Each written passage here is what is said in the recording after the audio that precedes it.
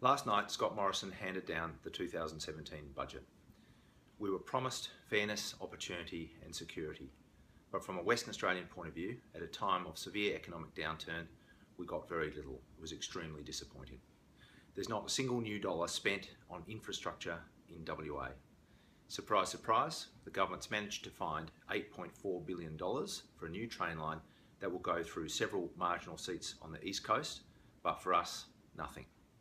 On top of that, bizarrely, the federal Liberals are keeping $1.2 billion aside for anyone who commits to building the Perth Freight Link in future.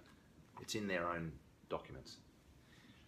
The budget also confirmed the education cuts that were foreshadowed last week, which means that schools in WA will lose on average $2.4 million over the next 10 years. That's $2.4 million each.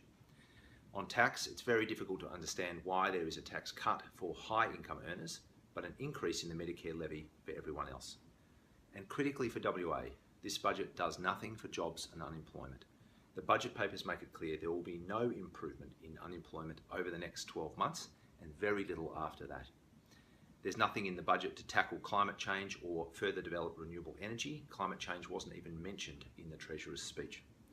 All in all, a budget that claimed to be delivering security, fairness and opportunity really hasn't gone any deeper than a three-word slogan.